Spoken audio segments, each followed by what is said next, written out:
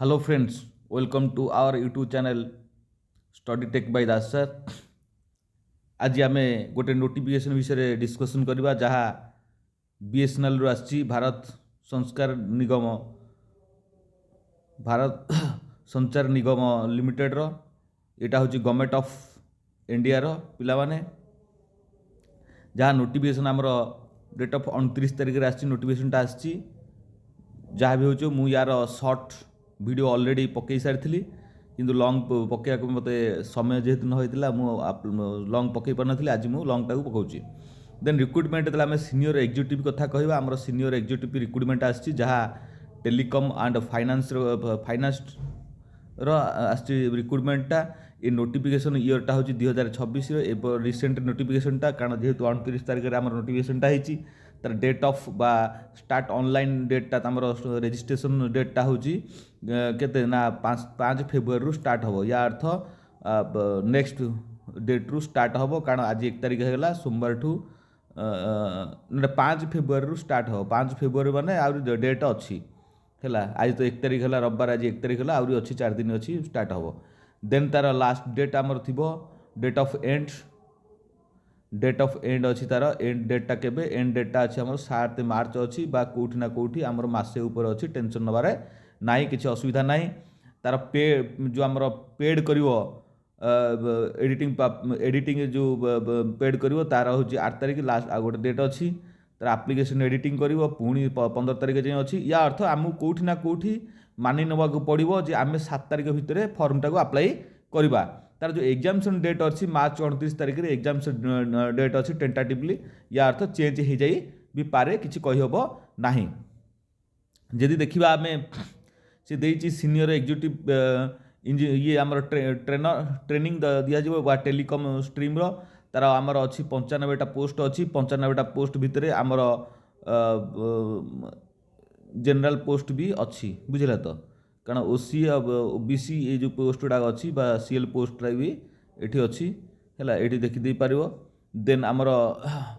Finance stream रे आमर अच्छी 25टा पोस्ट अच्छी ता भितर तुम देखीदे पार है देन आमर ओडिशा पई अच्छी ना ना आम देखा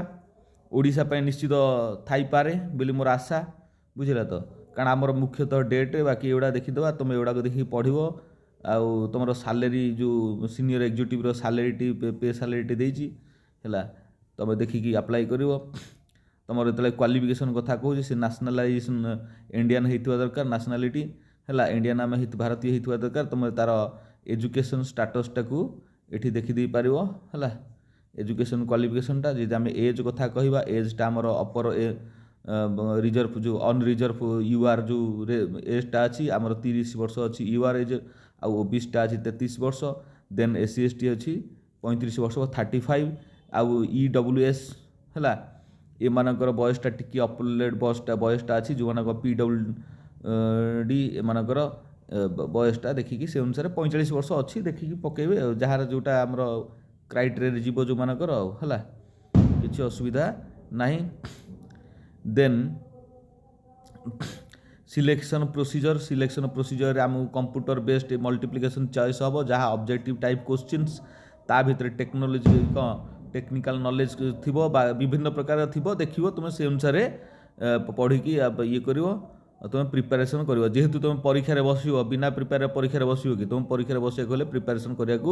पड़ो तार आमर ऑब्जेक्टिव टाइप मल्टीपल चॉइस थी है आमको 180 मिनिट तार अच्छी ड्यूरिंग द पीरियड है 180 मिनिट माने 3 घंटार परीक्षा बोधे यहाँ है देन 3 घंटार परीक्षा ता भीतर आमको आसो आप्टिट्यूड टेस्ट 40 मार्क 40टा क्वेश्चन ता भीतर आसो ये टेलीकॉम उपर 160टा क्वेश्चन है टोटाली आमको 200टा क्वेश्चन परीक्षा बसवार अच्छी 200टा क्वेश्चन माने आमको 3 घंटा बसवार अच्छी है तापर आमर फाइनान्स डिपार्टमेंटर सेमती आम 40टा 160टा से भी तुमको 200 मिनिट बसार अच्छी से फाइनान्स डिपार्टमेंट ये टेक्निकल फाइनान्स ऊपर खाली क्वेश्चन आसो तुमको पर क्वेश्चन 1 मार्क्स किंतु जदि तुमको 4टार गोटे नेगेटिव मार्क अच्छी है 0.25 ये अच्छी तुम से अनुसार देखिकी से अनुसार ये कर ये है कथा देन आमर देखा तार को एरिया को अच्छी है ओडिशा पे अच्छी ना आम देखा तलू तल स्क्रोल करके मुझे जाऊँगी तुम मैंने देख यार ये वेबसाइट की जीव है ये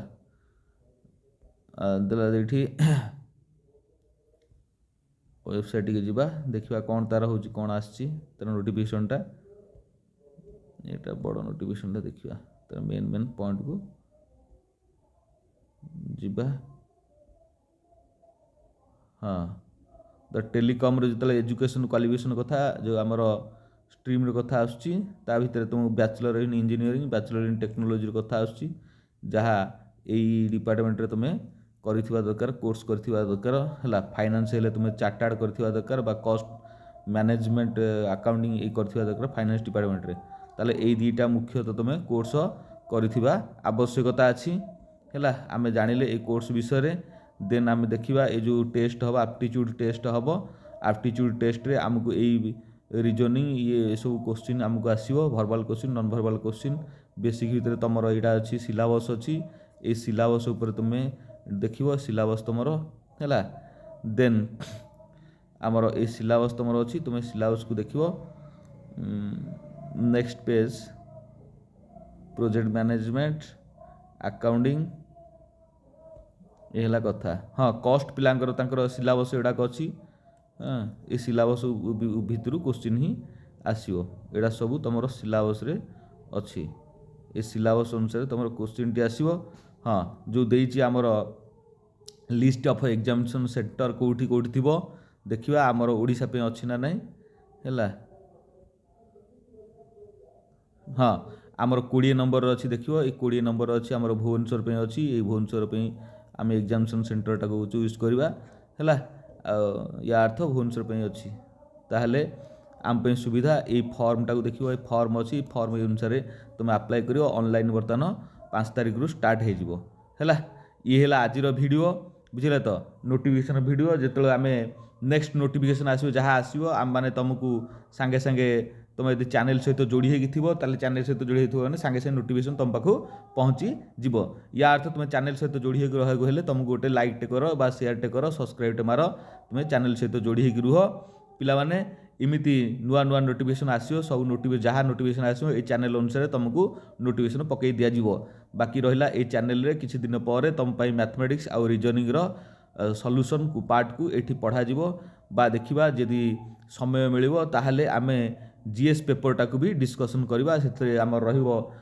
जीएस पेपर रे जोटा हिस्ट्री आम पॉलिटिकल साइंस बा करेंट अफेयर्स या देखिए इकोनॉमिक्स मेन फोकस दबा आम इकोनॉमिक्स फोकस दबा ताले एठी रहिबो रहिली धन्यवाद थैंक यू।